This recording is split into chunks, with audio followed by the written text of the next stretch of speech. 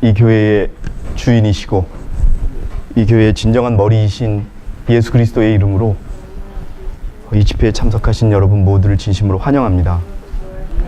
더욱이 이날이 안식일이어서 하나님께 더욱 감사를 드리고요. 이 밤에 하나님의 은혜 속에서 기도하신 분의 간절한 기도처럼 우리가 하늘을 바라볼 수 있는 진정한 그리스도인이 되기를 여러분들에게 진심으로 권면을 드립니다. 잘 들리세요? 예, 제가 감기가 좀 걸렸습니다. 그래서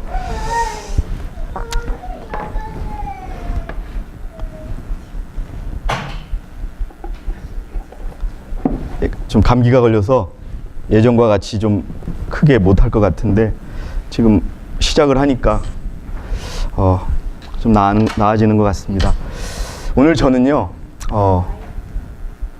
이번 주 집회의 주제인 믿음으로 말미암는 의, 그리스도 우리의 의에 대한 가장 기본적인 교리라고 할 수 있는 그리스도의 인성론에 대해서 잠깐 여러분과 함께 한번 검토하는 시간을 갖고자 합니다. 제가 이 주제를 준비한 이유는 안타깝게도 이 땅에 진정한 하나님의 교회임을 주장하는 저희 말고 다른 교회에, 특별히 한국 대회의 지도자들이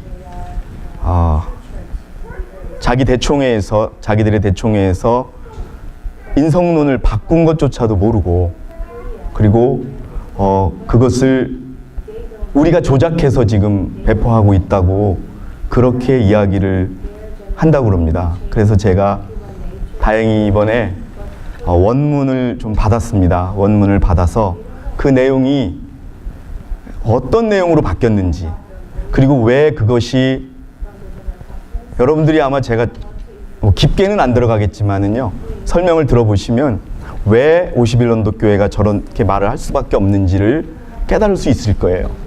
그리고 제가 영어 이 원문을 준비했습니다. 번역은 제가 나중에 드릴 텐데요. 한번 갖고 계세요, 여러분. 이게 저쪽 51년도 대총회의 자료입니다. 예, 우선요, 우리 서울교회 김웅철 형제, 김숙자 집사님, 제가 중국을 다녀왔습니다. 중국을 다녀와서 요 사진이 안식일 날 예배를 드리고 나서 찍은 사진입니다. 예, 웅철 형제가 안 보이는데요. 정확하게 지금 상황을 말씀을 드리면 13명 대 13명 그렇게 됐습니다. 저희가 가서 3명을 마음을 돌렸고요. 그리고 한 분을 다시 저희 쪽에 집회에 참여하도록 그렇게 설득을 했습니다. 근데 한 가지 걱정되는 거는 또다시 저쪽 교회에서 사람을 들여보낸다는 얘기를 들어서 걱정을 하고 있습니다. 그런데 여러분, 저희 웅철 형제와 김숙자 집사님, 제가 중국에 가서 느낀 것은요, 저는 이것이 어떤 사람에 의해서 시작된 일이 아니라 하나님에 의해서 시작된 철저한 흔들림의 하나였다고 분명히 확인할 수 있었습니다. 그리고요, 하나님은 자기 백성을 지키고 계신다는 것을 확인할 수 있었습니다. 여기 계시는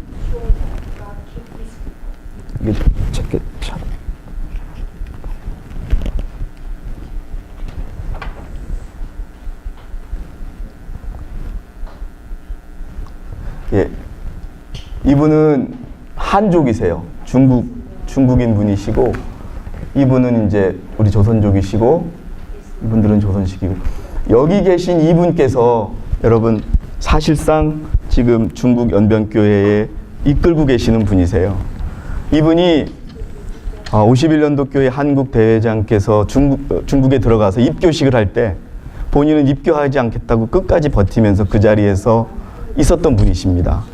그래서 어떻게 거기 있을 수 있냐 그랬더니 자기가 그 자리를 떠나서는 안 될 것 같다고 그러시면서 말씀을 하셔서 하나님이 분명하게 우리 백성을 지키고 있다고 하는 것을 알 수 있었고요. 그리고 이분이 중국연합회 총무님이세요. 사실 저희가 짧은 시간에 빡빡한 계획을 수립했는데 이분이 차로 저희들을 안내해 주셔서 정말 갈 수 있는 데는 다 갔다가 왔습니다. 문제는 들은 분은, 저희들의 말을 들은 분들은 마음을 돌렸는데 아예 듣는 것을 거절한 분들이 많았습니다. 근데 이 자리에서 제가 말씀을 드리면 우리 쪽으로 다시 돌아왔다고 하는 것도 중요한 것이 아니고 저쪽에 가 있다는 것도 중요한 게 아닙니다.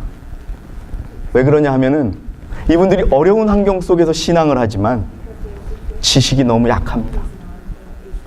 이분들이 뭐 겉으로는 역사를 몇 개월간 공부했다고 하지만은 실질적으로는 거의 공부를 안 한 분들이에요. 그래서 저는 하나님께 맡깁니다. 하나님께 맡기고 또 우리 서울교회 집사님들께서 계속 그 돈이 안 드는 위신으로 전화를 해서 가르쳐주고 있습니다. 뭐 내일 들어가서 다시 또 우리 교인들을 만날지 모르겠지만 저는 하나님께서 지켜주실 거라고 믿고요. 그 다음에 이 할머니는요, 이증철 할머니라고 하는 분이신데요. 중국에서 대학을 나오신 할머니세요. 나이가 많으시는데 이분은 입교를 했다가 내가 이거 잘못하는 것 같다 해서 다시 돌아오신 분이세요. 이유는 이겁니다. 우리가 몇 년 동안 IMS 소속으로 있었는데 IMS에서 오신 분들의 말은 한 번이라도 들어봐야 되겠다고 해서 다시 그쪽에 입교하셨다가 돌아서서 이번에 저희들랑 같이 공부를 하고 그렇게 결심하신 분이에요. 이증철 할머니. 이 집이 이분의 집이고요. 이분이 김금자 집사님이십니다. 사실 여러분 이 중국의 어떤 현실을 이렇게 보면은 정말 이 집사님을 하나님께서 구별해 놓으셨다고 하는 것을 알 수 있습니다. 그 다음에요, 이 할머니는 움직이지를 못해요. 근데 이분이 중국 IMS 조 목사님이 거의 처음으로 전도를 하신 분이랍니다. 이분에게 찾아가서 51년도 운동에 한국의 목사님과 우리 알던 이전 형제들이 찾아가서 설득을 했는데 난 안 가겠다라고 그렇게 다짐을 했던 유성숙 할머니입니다. 회개도 하셨었고요. 근데 지금은 굉장히 불편하셔서 움직이기가 좀 어렵고요. 아마 이번에도 한국에서 중국에 들어가면 또 만나실 겁니다. 근데 이분은 자기는 IMS에 끝까지 있겠다라고 그렇게 말씀을 하셨고요. 예, 이분도 우리 교회에 처음부터 남으셨던 분입니다. 여기는 용정이라는 곳인데 사는 환경이 여러분 되게 좋지 않습니다. 이분이 교회를 오려면 거의 3시간을 버스를 이렇게 타고서 오십니다. 예, 뭐 이분도 끝까지 견뎌냈고, 그러니까 저쪽으로 가신 분들은 몇 분이 주도해서 그냥 웅철 형제를 통해서 우리가 저쪽으로 가신 할머니들을 만났어요. 그런데 움직이지도 못하고 잘 듣도 보도 못하는 할머니들이었어요. 그 할머니들이 공부했다고 IMS를 반역의 무리라고 그렇게 얘기를 해요. 네?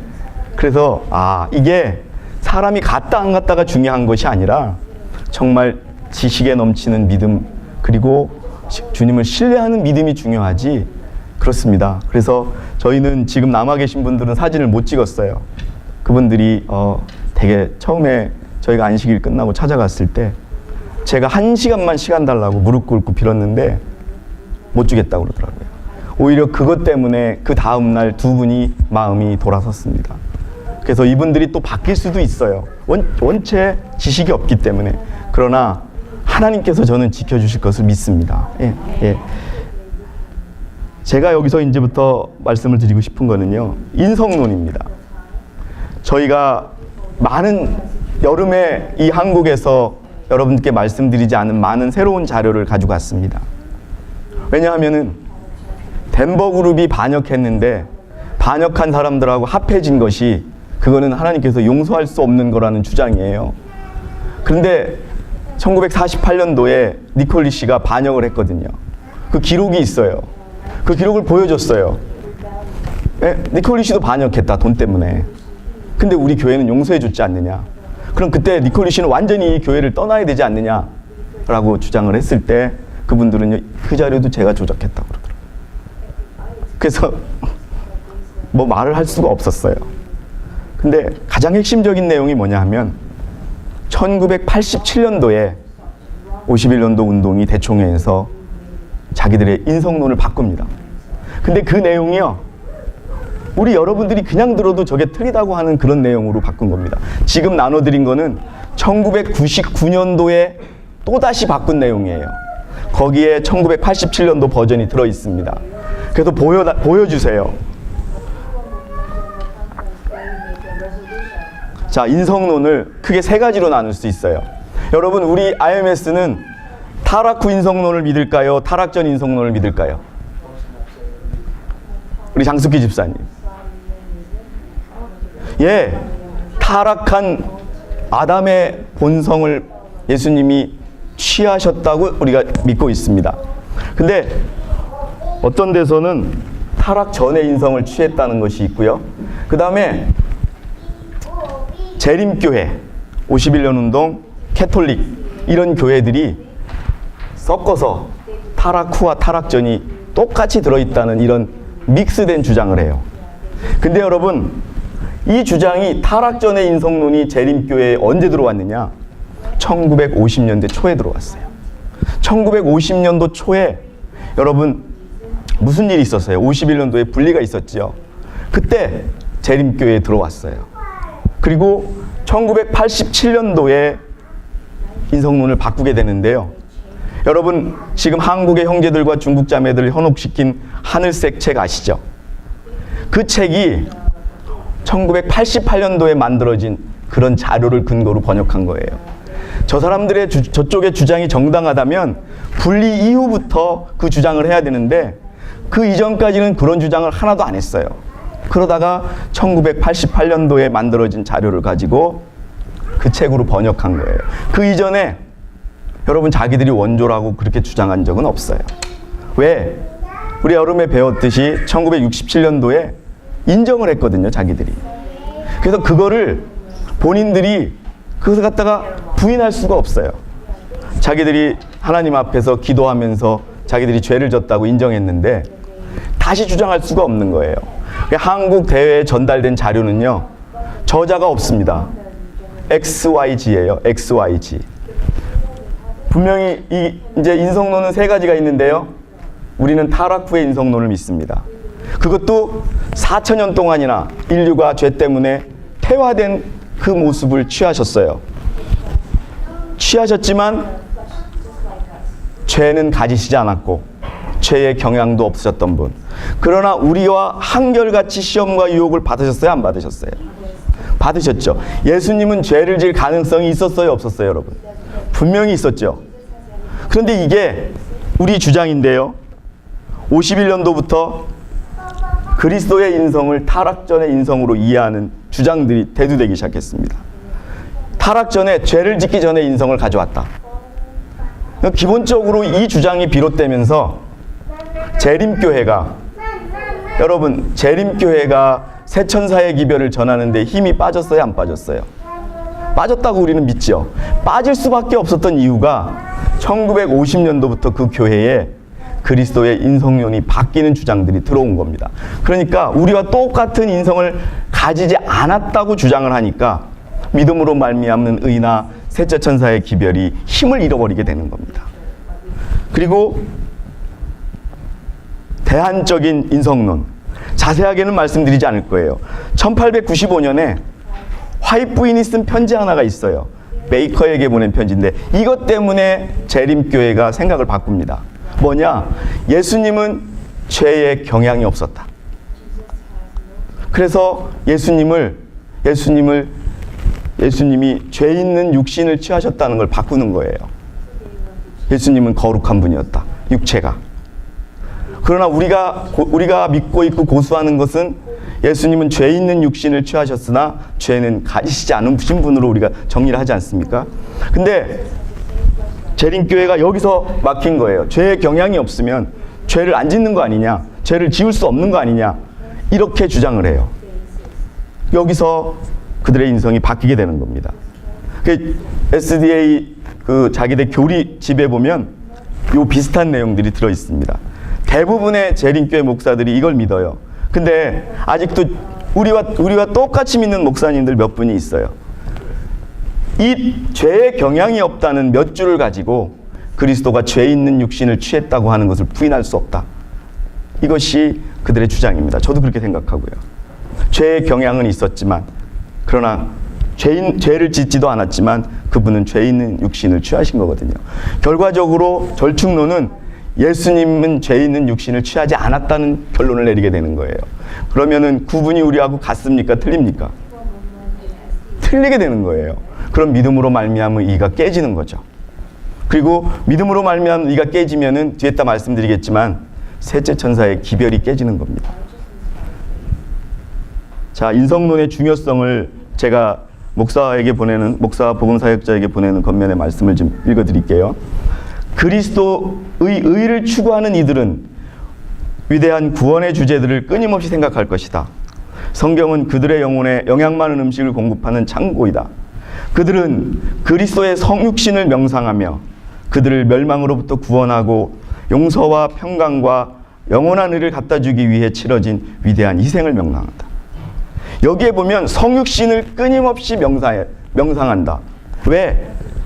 죄 있는 종의 모습으로 우리를 구원하러 오신 그분, 그리고 그분이 이룬 의를 우리가 믿음으로 이룰 수 있다는 그것이 우리를 변화시키고 그것이 복음의 핵심이었는데, 인성론이 바뀌게 되면, 예전에 서울교회에 안식일교회 치과의사님이 오셨어요. 그분이 고민하는 거예요. 차라리 자기도 안식일 교회에 있지만 절충론은 못 믿겠다. 그런데 예수님이 죄의 경향이 없다는 것은 자기도 헷갈린다. 그러면서 차라리 우리와 다르다고 했으면 좋겠다. 근데 그분도 그걸 인정해요. 그걸 바꿔버리면 믿음으로 말미암아 이가 깨진다는 것을. 그리스도 의와 성육신이 여러분 그렇게 중요한 겁니다. 예수님이 오셨을 때는 사단은 예수님은 하나님이 아니다라고 주장을 하고, 지금 예수님이 다시 오실 지금은 예수님은 사람이 아니었다고 주장하는 것이 사단의 전략입니다. 그리고 여러분 잘 아시겠지만 믿음으로 말미암은 의에 대한 기별이 진정으로 무슨 기별이라고요? 셋째 천사의 기별인 거예요. 안식일을 지킬 수 없느냐의 문제하고도 관련이 있는 것이 바로 인성론이라는 겁니다. 그래서 믿음으로 말미암은 의와 셋째 천사의 기별, 이게 영원한 복음이라고 할 수 있는 한 부분을 이루고 복음의 핵심인데, 이것의 기초가 무엇이냐? 인성론이라는 거예요. 그리스도께서 인간으로 오셨다는 것. 근데 여러분 화이트부인이 이기별 37에 이런 말씀을 쓰셨어요. 우리 장막 집회에 오류에 속한 이론과 방법들이 침투하고 있다.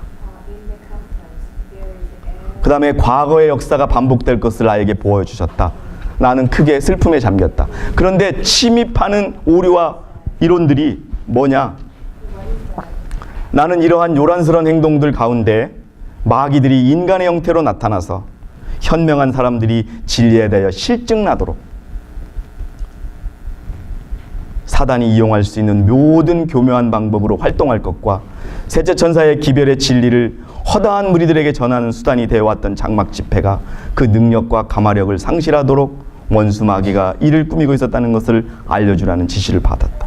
물론 오류가 침투할 것이라고 하는 것은 많은 부분에 나옵니다. 그러나 분명하게 명백하게 짚으면서 말씀드리는 건 이 부분입니다. 이어서 이렇게 말씀하십니다. 셋째 천사의 기별은 공명정대한 방법으로 전해야 된다. 이 기별은 거짓의 아비 마귀가 준비한 바 인간적인 이론들의 무가치하고 비참한 발명들과는 아무런 관계가 없어야 한다. 우리 시조들을 속이기 위한 매개물로서 사단이 사용한 총명된 뱀으로 변장된 것에 속아서는 안 된다. 인간적인 이론을 가지고 셋째 천사의 기별과 믿음으로 말미암은 일을 바꿔서는 안 된다는 겁니다. 그리고 화이트부인께서도 이렇게 말씀을 하십니다. 만약 그리스도께서 인간이 소유할 수 있는 특권이 아닌 특별한 능력을 가지셨다면 사단은 이것을 이용했을 것이다. 우리는 주님의 인성에 대한 잘못된 견해 때문에 많은 잘못을 범한다. 만약 우리가 그분의 인성에 사람이 사단과의 투쟁에서 가질 수 없는 그러한 능력을 부여한다면 우리는 그분의 인성의 완전성을 어떻게 하는 것이다? 파괴하는 것. 이 얘기가 뭐냐 하면요, 예수님이 우리와 다르다고 하는 것을, 예수님이 죄의 경향도 없으셨고 죄를 갖지 않으신 것은 우리가 지금 어떻게 프루프할 수 없어요. 입증할 수 없어요. 그건 오묘에 속한 것이고 앞으로 우리가 배워야 될 부분이지만, 그렇다고 해서 그분이 우리와 다르다고 가르친다는 것은 믿음으로 말미암아 깨버릴 수 있다고 하는 경고가 되는 것입니다. 자, 그러면은 50년도 운송을 보겠습니다. 세 번에 걸쳐서 있는데요. 1987년도, 1999년도, 또 중간에 1995년도에 있었습니다. 지금 나눠드린 자료는 1990년도, 99년도 자료입니다. 핵심을 먼저 말씀드리겠습니다. 여러분, 예수 그리스도께서는 우리와 똑같은 유혹을 받으셨습니까? 안 받으셨습니까? 받으셨죠. 그럼 그 유혹이 안에서도 오고 바깥에서도 오는 거죠. 왜 대답을 안 하세요? 안에서도 오고 바깥에서 오죠. 근데 1987년에 57년 운동의 51년 운동의 핵심이, 예수님은 내부로는 유혹받지 않았다. 그리고 1999년도에 그거를 발전시켜서 예수님과 우리의 육신이 거룩하다. 이렇게 완전히 바뀌어버리는 인성론으로 가게 됩니다. 그래서 가끔 저는 저쪽이 늦은 비를 받으라고 얘기하는 이유가, 자기들이 거룩하게 되었기 때문에 늦은 비를 받을 수 있다고 주장할 수도 있는 거예요. 이렇게 두 가지가 바뀌었고요. 결의사항을 보겠습니다. 지금 나눠드린 내용의 첫 번째인데요. 그는 의리의 잿된 본성을 취하셨지만 우리는 그가 죄의 경향이 없었으며, 여기까지는 좋아요. 똑같아요, 우리랑. 근데 그는 내부가 아닌 외부의 유혹을 받으셨으며, 이게 저들의 결의예요. 1987년도. 이 결의를 주도했던 목사님이 발박입니다. 예, 모든 점에서 우리와 같으나 죄는 없으시다.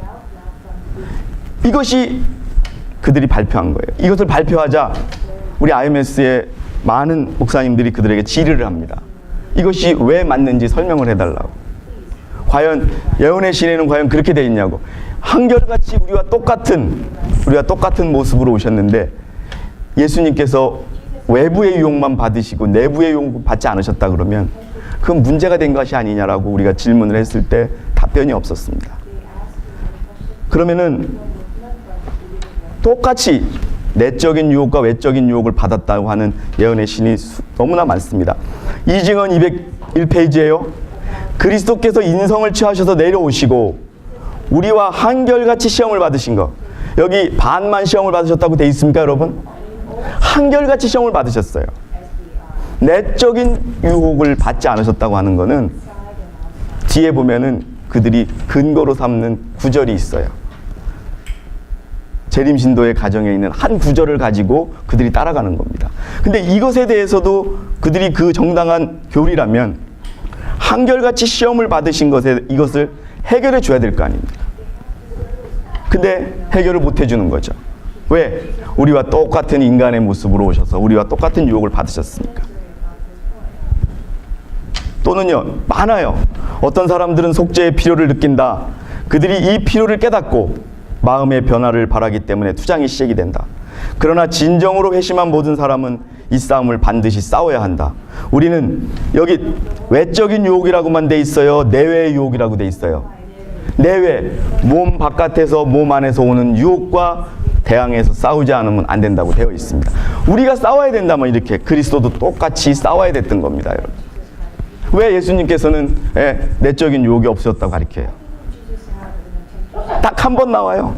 재림신도의 가정에 육체는 하나님의 뜻을 거스리지 않는다. 이거 하나만 가지고 계속 그쪽으로 갔던 거예요. 이런 내용들은 많이 있습니다. 사람이 하나님을 섬기고자 노력하지만 내외로부터 오는 유혹이 그를 공격한다. 내외로부터 오는 유혹이 분명히 있다고 말씀을 하고 있어요. 여러분, 내부적인 유혹을 없으셨다 그러면 예수님은 배고픔이 없으셨던 분. 그게 가능합니까, 여러분? 그 다음에 하나님의 능력을 떠나서는 어떤 진정한 개혁도 성취될 수 없다. 그리스도의 생명이 우리의 생애로서 생기를 주는 능력이 될 때 비로소 우리는 안과 밖에서 우리를 공격하는 유혹을 저항할 수 있다. 여러분, 1850년서부터 1950년 사이에 유혹을 내적으로만 받았다고 하는 그 내용이 있으면 한번 가져오라고 하십시오. 없습니다. 우리 재림 선구자들도 유혹을 예수님과 우리가 똑같이 유혹을 받았는데 내외적으로 유혹을 받았다고 돼 있어요. 여러분, 외적인 유혹만 받으셨다면 우리와 같을 수가 없는 거예요. 굉장히 여러분 중요한 겁니다. 이렇게 되면서 여러분 재림교회가 믿음으로 말미암은 의를 잃어버린 것처럼 캐톨릭과 똑같은 주장으로 가는 거예요. 그 다음에 우리 모두는 주님께서 가르쳐 주시는 말씀에 대하여 높은 식견을 가져야 한다. 우리의 마음은 매 시험에 대응하고 내외적으로 오는 모든 유혹에 저항하기 위하여 준비되어야 한다. 유혹이 내외적으로 왔다는 게 여러분 여기 있고 예수님은 우리와 똑같은 분이셨습니다. 그 다음에 우리는 젊은이들에 대한 유혹의 문을 닫을 수는 없지만 그들은 유혹에 노출될 것이다. 그들은 안팎으로 적을, 바깥으로만 적을 만나는 것이 아니고 안팎으로 적을 만난다고 분명히 돼 있거든요. 이거에 대한 해명을 우리 캐나다에 있던 어떤 형제가 이것에 대해서 답변을 해달라고 저쪽 총무님에게 보냈는데 답변이 없어요. 여러분 이게 굉장히 중요합니다. 그 다음에 99년도는 어떻게 바뀌었는지 한번 보시겠습니다. 99년도에는요 한 발짝 더 나갑니다. 핵심은 뭐냐? 그리스도의 육신은 거룩했다. 따라서 우리의 육신도 거룩하다. 이렇게 바뀝니다. 근데 여러분 예수님께서 죄 있는 육신의 모습으로 오셨고 우리도 우리 육신은 뭐의 종이 되어 있다고요? 죄의 종이 되어 있고 죄의 법을 따르고 있다라고 돼 있지 않습니까? 근데 아들과 딸의 한 파트 그거를 가지고 그들이 결의를 합니다. 그래서 그 내용을 좀 읽어드리면요 똑같아요. 우리는 그리스도의 인성에는 죄의 성향이나 죄로 향하는 경향성이 없음을 재강조한다. 이거는 틀린 게 없어요. 그리스도는 우리의 죄된 본성을 취하셨고 그의 유약함, 연약함, 책임에 둘러싸이셨지만 그분의 인성에는 죄의 성향과 죄로 향하는 경향성이 없었다. 여기까지는 맞아요. 죄의 경향성과 죄의 성향, 성벽, 그리고 경향이다. 이러한 것들은 우리의 마음에 있으며 우리의 육체에 있지 않다. 여러분, 우리의 죄의 경향성이 우리의 육체에 없습니까? 있죠. 기본을 바꾼 겁니다. 이거에 대해서 답변을 못해요. 그리스도는 이러한 것들을 그의 마음과 육신에 어디에도 가지지 않았다. 죄 있는 육신의 모습을 취했다고 하는 그 모습의 그 성경 구절에 대해서 답변을 해야 됩니다. 근데 재림신도의 가정이 뒤늦게 발간된 자료입니다. 재림신도의 가정에 재혼이 가능하다는 그 내용 때문에 우리 한국 교회를 얼마나 시끄럽게 했습니까? 마찬가지로 재림신도의 가정에 육체는 하나님의 뜻을 거스릴 수 없다는 그 내용을 가지고 시작을 합니다.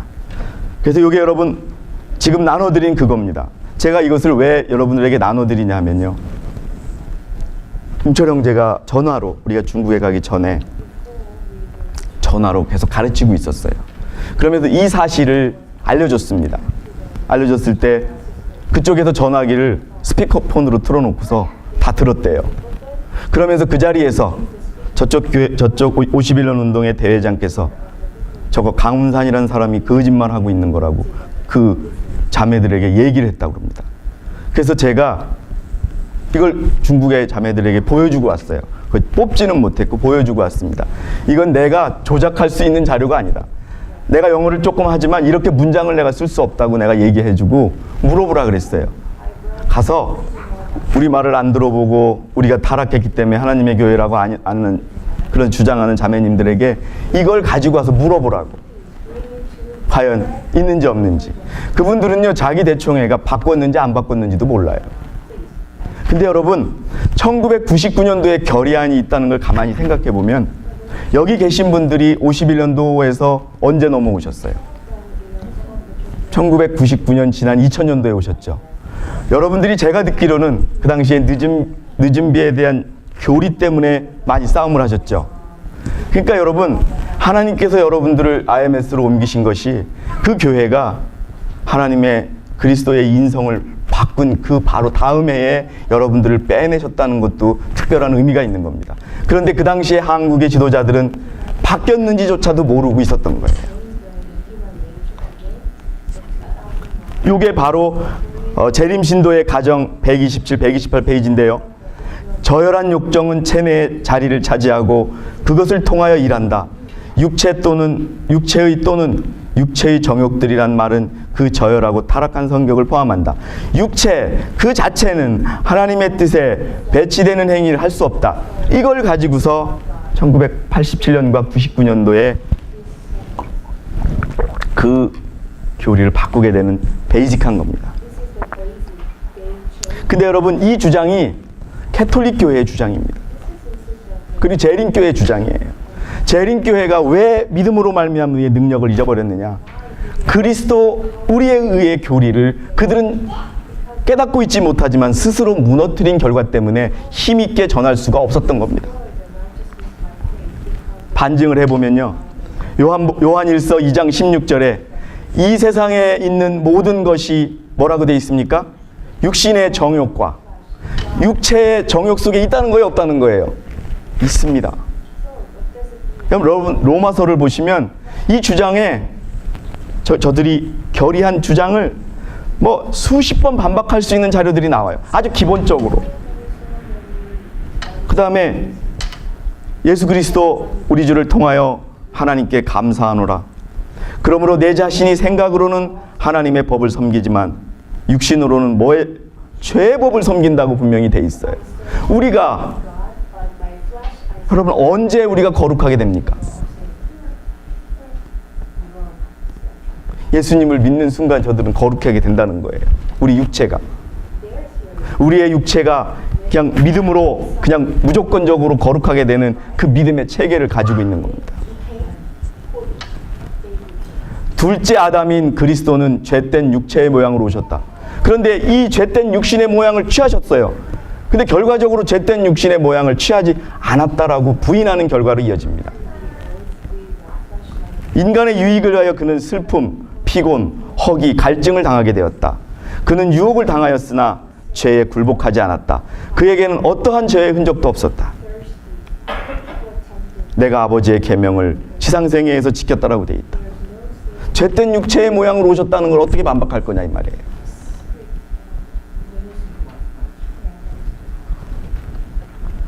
그들은 문뱀들의 모양은 그리스도를 표상하는 것이었다. 이 표상은 장대에 높이 들려졌고 그들은 그것을 쳐다보아야 했다. 그처럼 예수께서는 뭐라고 되어 있습니까? 죄 있는 육신의 모양으로 나타나셨다. 그러나 죄를 가지시지 않으셨다는 거죠. 베이커에게 보낸 편지 그거 하나 때문에 재림교회가 완전히 뒤바뀌게 된 겁니다. 그 이전에 재림 선구자들은 그렇게 가르치지 않았습니다. 그 부분을 우리가 성경적으로 또 예언의 신으로 입증할 수는 없지만 오묘에 속한 부분이다. 그러나 분명 예수 그리스도께서는 죄 있는 육신의 모양을 가지고 나셨고 그러나 취하셨고 죄는 가지지 않았다고 분명히 가르쳤습니다. 재림교회 초기에 그렇게 가르쳤어요. 또 4,000년간 인류는 체력과 정신적 능력 그리고 도덕적 가치가 퇴보되어 왔다. 그리고 그리스도께서는 퇴보된 인류의 연약함을 취하셨다. 취하셨어요. 여러분, 그분 스스로 하나님을 믿는 믿음으로 승리하셔서 그렇지 그분이 얼마나 투쟁했는지는 여러분 확인하실 수 있을 거 아니에요. 하늘에 계신 아버지를 믿는 그 믿음으로 이겨낸 거예요. 근데 만약에 우리의 육신이 거룩하다 그러면 여러분 참 이상하게 되는 거예요. 그러면은 캐톨릭에서 마리아를 끌어들여야 되는 것이고 이런 쪽으로 가버려야 되는 겁니다. 로마서에 있는 내용을 좀 읽어드리면 로마서 8장 3절에 율법이 육신을 통하여서는 연약하여 할 수 없는 것이므로 하나님께서는 죄 때문에 자신의 아들을 죄 있는 육신의 모양으로 보내 그 육신의 죄를 선고하셨으니 그러므로 너희는 죄가 너희 죽을 몸 안에서 군림하지 못하게 하여 몸의 정욕 가운데 죄에게 순종하지 말라. 몸의 정욕 가운데 죄에게 순종하지 말라고 우리의 몸이 거룩하지 않음을 분명히 성경이 가르치고 있는데 어떻게 우리의 육신이 거룩하다고 가르칩니까? 내 안에 곧 내 육신 안에는 선한 것이 거하지 않는 줄을 내가 아노니 계속 가르쳐주고 있습니다. 내 지체들 속에 있는 또 하나의 법이 내 생각의 법과 싸워 나를 내 지체 속에 있는 죄의 법에게로 사로잡아 오는 것을 보는도다. 여기에 어느 문장을 봐도 우리의 육신이 거룩하다고 주장할 만한 근거는 없습니다. 오 나는 비참한 사람이로다. 누가 이 사망의 몸에서 나를 구해낼 것인가. 예수 그리스도 우리 주를 통하여 하나님께 감사하노라. 그러므로 내 자신의 생각으로는 하나님의 법을 섬기지만 육신으로는 죄의 법을 섬기노라. 여러분, 제가 대총회에 처음 가서 저는 물어봤습니다. 제가 목사님들에게 51년 운동과 우리의 차이점이 뭐냐고. 제가 한국에 있는 지식을 가지고 여러분들에게 말씀을 드렸을 거예요. 그냥 늦은비만 다르지요. 근데 대부분의 목사님들이요, 영어로 이렇게 표현을 씁니다. Totally different church. 완전히 다른 교회라는 거예요. 완전히 다른 교회. 그러면서 이 부분에 대해서 가르쳐 주기를 좀 뭐 하셨어요. 그리고 사실 우리가 지금 한국과 중국에서 원조 논란이 생기는 거지, 다른 나라에서는요, 그들이 자기가 원조라고 주장을 안 합니다.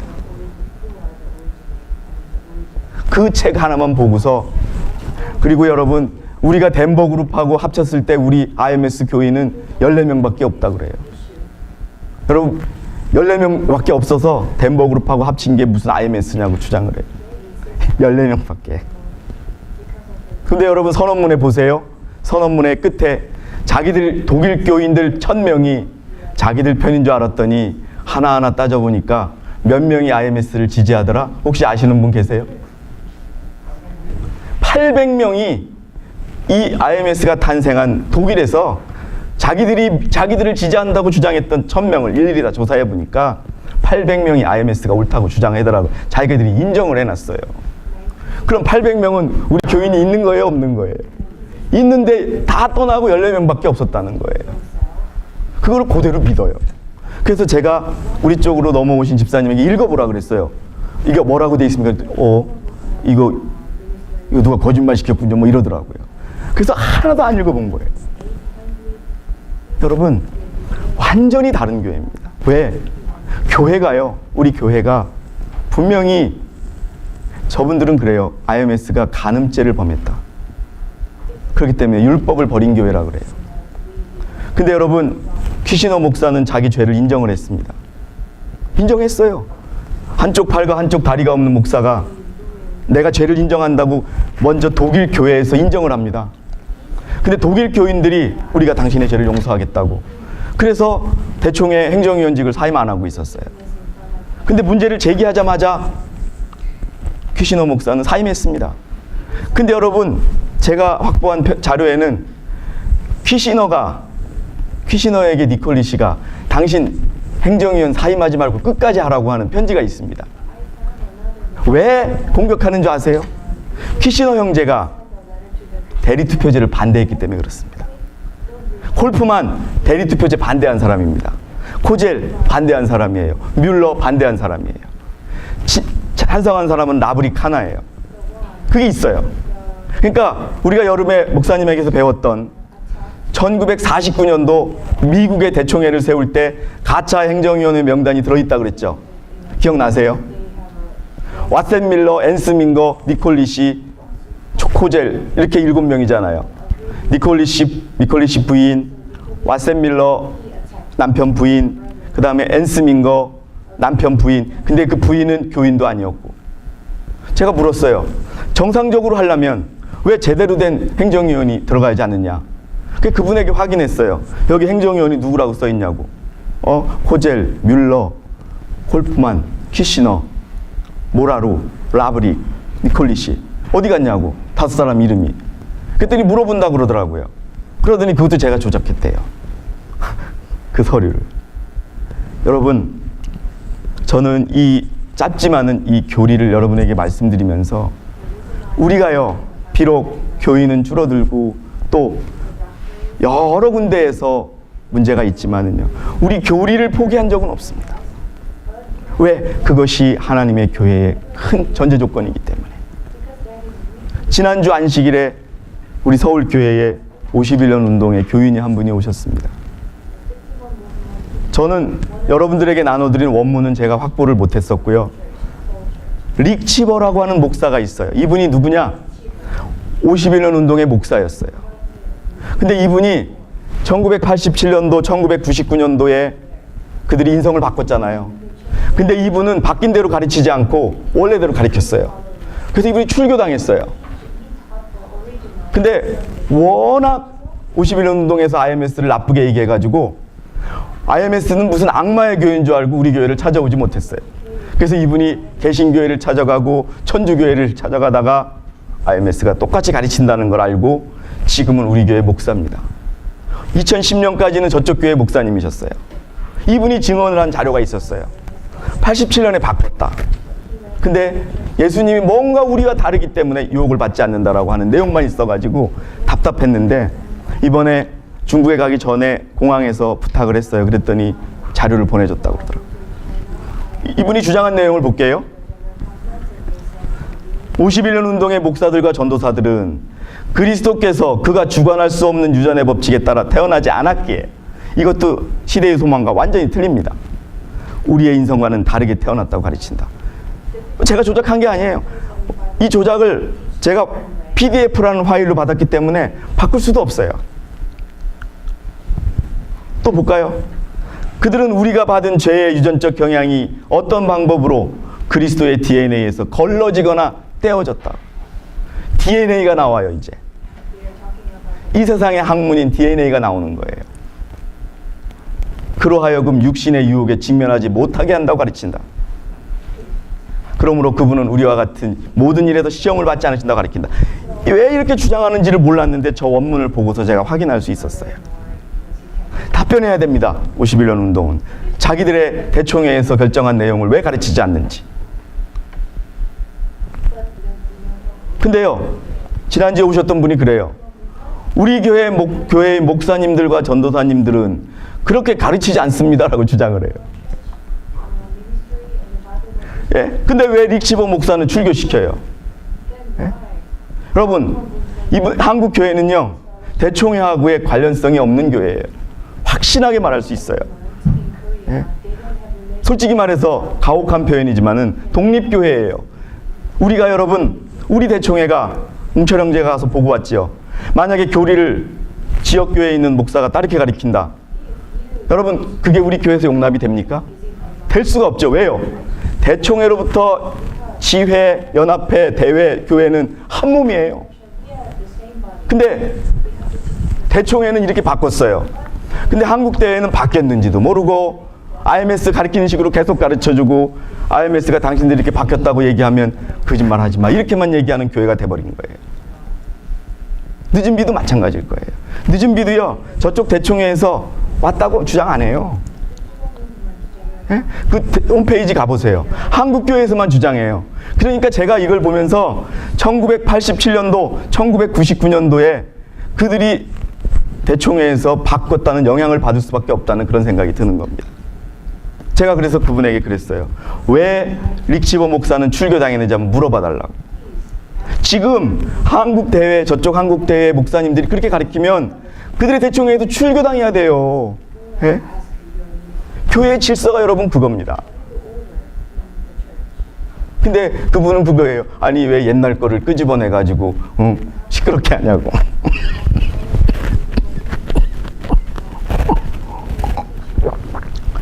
교회의 현실이요. 우리가 사람은 적고 우리가 연합되어 있는 것 같지 안 보이지만 분명 이 교회를 잡고 계신 분은 하나님입니다, 여러분. 하나님은 그 남은 무리가 고통스럽고 힘들고 연합하지 못하더라도 그 교회를 지키시는 손이 하나님이라는 것을 저는 이번에 중국에서 가서 또 지금 이 시기를 살면서 느낍니다, 여러분. 이걸 허용하지 않으세요, 하나님. 그래서 이제 어떻게 답변이 올 줄 모릅니다. 예? 그래서 그것도 읽어드렸어요, 제가. 자, 삼증언 492페이지. 어떤 사람의 판단도 다른 어떤 사람의 판단에 굴복되어서는 안 된다는 것을 나는 보았다. 그러나 하나님께서 땅 위에 갖고 계신 최고의 권위인 대총회의 판단이 행사될 때 사사로운 독자성과 사사로운 판단을 유지하는 대신에 굴복시켜야 된다. 개인적으로 가르치면 안 된다는 거예요. 분명하지 않습니까, 여러분? 예? 저는 기다리고 있습니다. 저쪽 교회 목사님들이 어떤 답변을 줄지. 저는 남아 계신 분들에게 이 말씀을 드렸어요. 그분들이 그러시더라고요. 자기들이 정말 잘 선택했다고. 하나하나 들어보니까 이제 이해가 된다고. 물론 그분들이 약해질 거예요. 근데 제가 거기 가서 가장 가슴 아프게 느꼈던 것은 진리가 전달된 것이 아니고, 복음이 들어간 것이 아니고, 비난과 인신공격만 들어갔어요. 그리고 이번에 51년 운동에서 와서도 진리를 가리키기보다는 쭉 그냥 읽더니 입교할 사람 나오라 그래서 입교시켰다고 그러더라고요. 그러면서 우리가 입에 담을 수 없고 귀에 담을 수 없는 비난만 하고 갔다고 그럽니다. 여러분에게 제가 중국에 있는 우리 자매님들에게도 부탁을 드렸어요. 절대 우리는 그런 식으로 비난하지 말라고. 저쪽 교회 지도자들에 대해서 어떤 비난의 말도 하지 말라고. 그냥 물어보라고. 아마 저희들이 판단은 이번에 들어갈 거예요. 들어갔을 겁니다. 들어갔을지도 몰라요. 근데 저는 믿어요. 하나님이 지키실 자매들은 지키실 거라고. 그리고 하나님은요, 손해보는 장사를 안 하실 거예요. 우리 할머니들이요 80 넘었어요. 그런데요, 아까 이증철 할머니는 연금도 제일 많이 받는 분이에요. 11금도 얼마 되지는 않지만, 예? 그분이 그 불편한 몸을 이끌고 우리 제가 알기로는 한국의 사역자분하고도 통화를 하는 것 같은데, 한마디의 전화를 받고 힘을 얻는 거예요. 우리가 밤늦게 최대한 많이 만나려고 밤늦게 이동해서 그 할머니 집에 갔을 때 정말 감사하면서 끝까지 가르치겠다고. 그래서 우리 교회의 질서와 우리 교회의 그 행정에 대해서 설명을 해줬어요. 그리고 다 바로 잡아줬어요. 안식일 학교 시작하는 순서도 하나도 모르시더라고요. 그리고 설교 예배를 하는 순서도 몰라요. 그래서 하나하나 다 가르쳤더니 그분이 그래요. 우리 남아 계신 분들이 저쪽 한국교회 목사님은 그냥 하나도 그냥 우리가 하는 대로 나비드던데요. 우리는 똑같은 예배의 순서가 지침에 되어 있습니다. 여러분, 제가 한국대회 협의를 거쳐서 중국에 갔을 때 가는 내내 계속 대총회랑 협의를 했습니다. 대총회에 궁금한 건 물어보고 했어요. 그리고 중국연합회랑 같이 갔어요. 아마 저는 그래요. 이분들은 중국연합회에 들어갈 수도 있어요. 이제 우리가 협의를 하겠지만 마음도 열려 있는 분들이에요. 근데 저쪽으로 떠난 분들은 무조건 한국교회하고 있어만 안 된다고. 그런 마음들. 자, 저는 이제 정리를 하고자 합니다. 분명히 말씀드리지만 이건 역사예요. 제가 여러분 1987년도에 이렇게 바꾼 거, 1999년도에 바꾼 거를 제가 어떻게 만들어내겠습니까? 그런데 문제는 저쪽은 바꾼지도 안 바꾼지도 모르고 있다는 거예요. 그래서 저는 이 질문으로 오늘 저녁 강의를 마치고자 합니다. 51년 운동은요, 우리 애가 외적인 유혹만 있다는 것이 정당하다고 우리를 설득하려면 1850년부터 1950년 사이에 SDA에서 출판된 자료 중에서 1987년 저들의 대총회에서 결의한 것 같이 유혹을 외적으로만 받았다는 자료가 있으면 내놔봐라. 없습니다. 여러분, 분리가 있었고 분리 때문에 이 교회에 거짓된 교리들이 들어왔고 그것을 고착화시켜가지고 1987년도 99년에 그것이 이루어진 겁니다. 답변을 못한대요. 또 두 번째, 1951년 분리 이후에 저들의 책입니다. 우리도 다 가지고 있어요. 근데 51년도에서 87년 사이에 유혹이 외부에서만 온다는 자료가 그들이 있으면 한번 내놔봐 달라. 없을 겁니다. 이제 여러분, 이 자료 이제 번역을 하고 있고요. 마무리하고 있는데 저는 이걸 정리하면서 IMS와 51년 운동은 전혀 다른, 본질이 다른 교회라고 하는 것을 느꼈습니다. 그리고 떠나신 분들이 너무 불쌍하다는 생각이 듭니다. 그리고 이 자리에서 인정할 거는 우리가 중국의 자매들에게 우리가 관심을 덜 가졌고 또 소홀히 했던 것은 분명히 인정을 해야 합니다. 그러나 그것이 그들의 교회를 선택하는 기준이 되어서는 안 될 것입니다. 여러분, 우리 교회 IMS 진정한 진리교회입니다. 뭐 어떠한 이유를 댄다 할지라도, 또 제가 가지고 있는 자료 중에는 1966년에 니콜리 씨가 출교당하고 쓴 편지가 있습니다. 출교당했다고 하니까 그것도 거짓말이라고 그러더라고요. 그 기록이 다 있어요. 근데 잘못해서 출교당한 게 아니라 자기들끼리 싸우다가 출교를 시켰어요. 니콜리 씨가 1966년도에 쓴 편지가 있습니다. 뭐라고 돼 있냐면, 51년도에 내가 그 상황에 교회를 빠지게 한 거에 대해서 후회한다.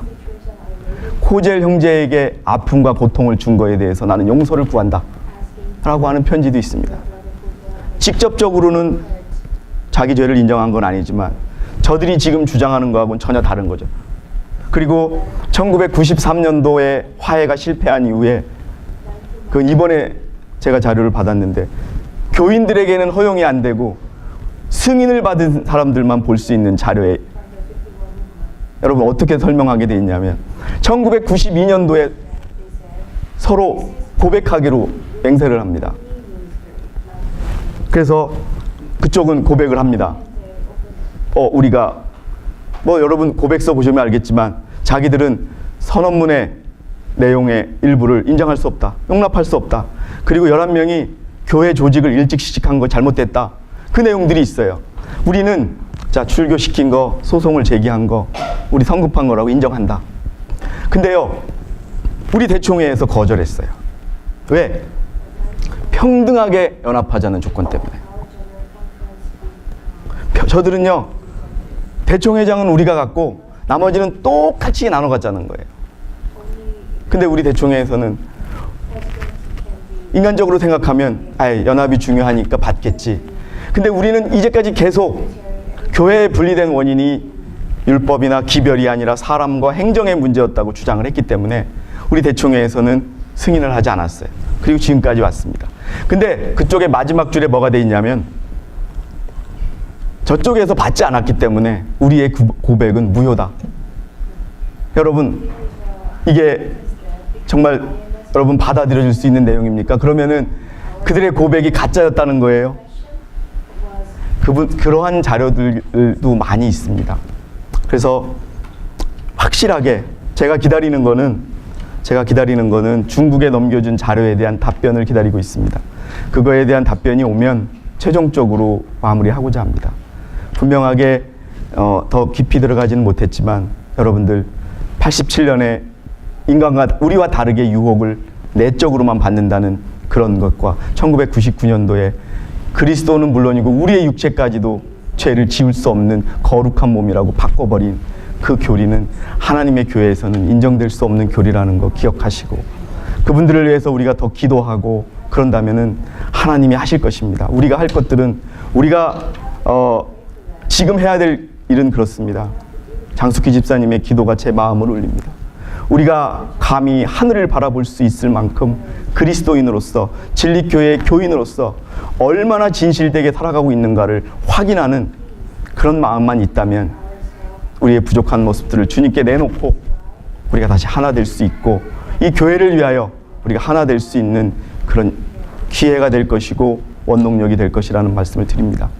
어쨌든 51년 운동의 인성이 이렇게 중요한데 이렇게 바뀌었다는 내용 말씀드리고, 오늘 여러분들 가서 물어보세요. 니네 바꿨냐 안 바꿨냐 물어보시고, 이게 맞느냐고. 틀렸다 그래요. 그분이 오셔가지고 우리 저렇게 안 가르친다고. 그러면서 저와 서울 교인들은 이걸 느꼈습니다. 정말 다른 교회구나, 같은 교회가 아니구나라는 걸 느꼈습니다. 자, 여러분, 오늘 제가 준비한 말씀 여기서 마치겠습니다. 편안한 밤 되시기 바랍니다. 감사합니다.